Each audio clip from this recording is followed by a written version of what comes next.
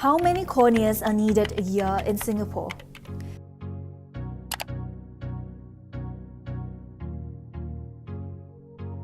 At any one time, there are up to 30 Singaporeans on the National Cornea Transplant waiting list.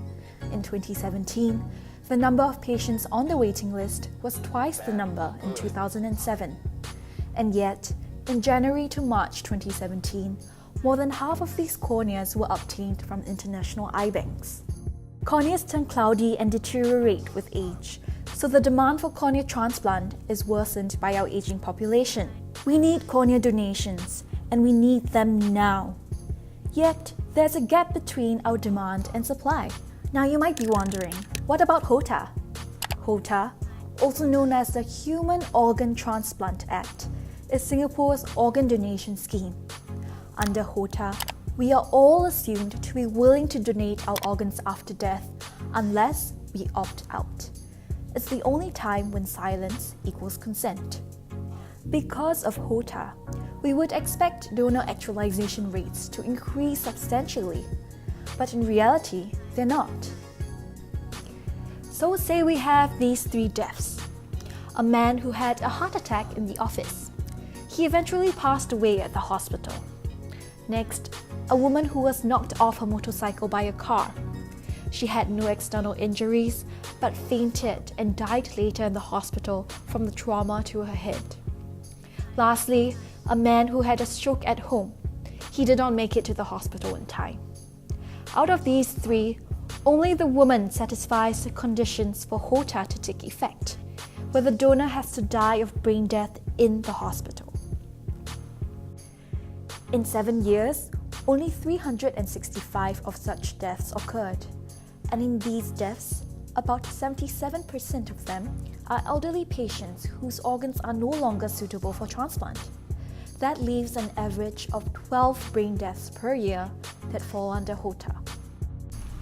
What most people don't know is that cornea donation is an exception to HOTA.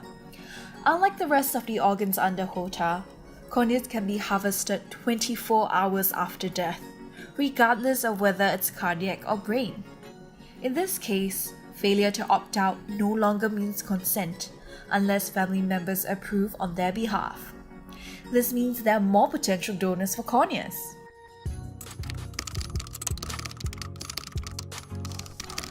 Amongst the reasons for low donation rates, family members' objection is one of the biggest obstacles to donation. Simply because organ donation isn't a common topic to talk about, and death is often perceived to be taboo. Hence, many family members are unaware of the loved one's attitudes towards cornea donation. This results in many people being unsure and less willing to consent to donate their relatives' organs. Open Your Eyes is a South Korean medical documentary drama that was part of a larger cornea donation campaign. It aired from 2004 to 2005. After its run, the number of cornea donations in South Korea increased by 10 times. Its winning point was the use of an emotional narrative. Emotional narratives are commonly employed in edutainment, also known as entertainment education.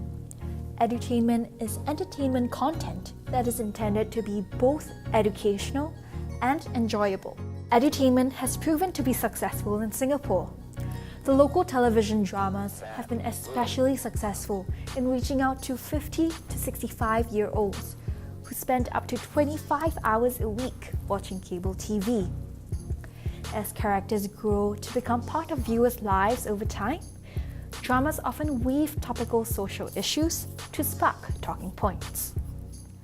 To tackle the lack of conversations and low donation rates, we think that edutainment has the potential to spark conversations about cornea donation. Who is our target audience? We aim to target 50 to 65-year-olds because they can act as an intergenerational mediator at home. They are able to connect both the older and younger generations. We aim to accomplish the following objectives. To increase the public's receptivity to cornea donation by 15%. To increase the willingness to engage in discussion among family members about cornea donation by 5%. and to increase conversation with family members about cornea donation by 5%.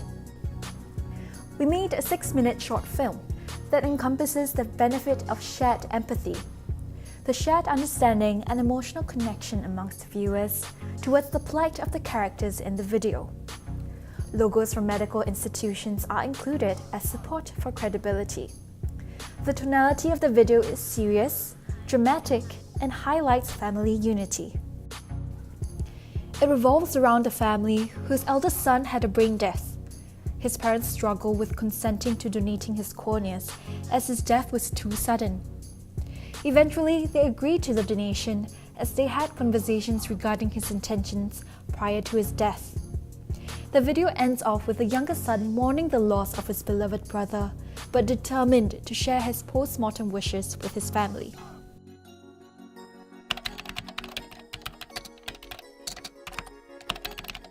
Using snowball sampling, we reached out to 50 to 65-year-old Singaporeans and got them to do our pre-test survey as well as watch our short film. 4 days later, the same group of people were approached to complete a post-test survey. Participants were asked to evaluate their receptivity, willingness, and behavior patterns using a 5-point Likert scale. From our results, we observed an overall increase in all measurements, but not all objectives were met. Receptivity to cornea donation only increased to 13%. This fell short of our objective by 2 percentage points. This is likely because our video focused more on sparking conversations rather than other factors that can affect donation decisions, such as religious beliefs and knowledge about the process. Willingness to engage in discussion among family members about cornea donation increased by 6%, which achieved our objective. Actual behavior in having conversations increased by 11%. It exceeded our set objective tremendously. This could be due to cornea donation being an uncommon and controversial topic that hasn't been frequently featured in local TV dramas, making it new and interesting for our target audience. However, this could also be due to respondent fatigue that led to our post-test sample size being quite small. So what do our results mean? It means that edutainment can be an effective strategy to spark conversations about important medical issues amongst 50 to 65-year-olds who still consume traditional media regularly. However, there's a need to contextualize. Korean reality shows work for their society, but in the Singaporean context, our results show that narrative TV dramas work much better. With our video, we have shown the great potential of TV dramas as a messaging tactic in Singapore. Organ donation messaging should steer away from conventional testimonial styles. Instead, edutainment should be adopted to bring the message across. As seen through our campaign, emotional narratives are effective in bringing about behavioral change. Long-form dramas can also be considered to reap the full benefits of edutainment, allowing viewers to develop a close connection with the characters. So, what is the conclusion? In this day and age, we are exposed to so much media content. In order to reach our target audience, we need to employ methods that appeal to them. Our campaign shows, in order to spark conversations about organ donation, edutainment is a strategy that has great potential to reach Singaporean audiences. We hope that our findings can contribute to the development of more effective message tactics and make a difference.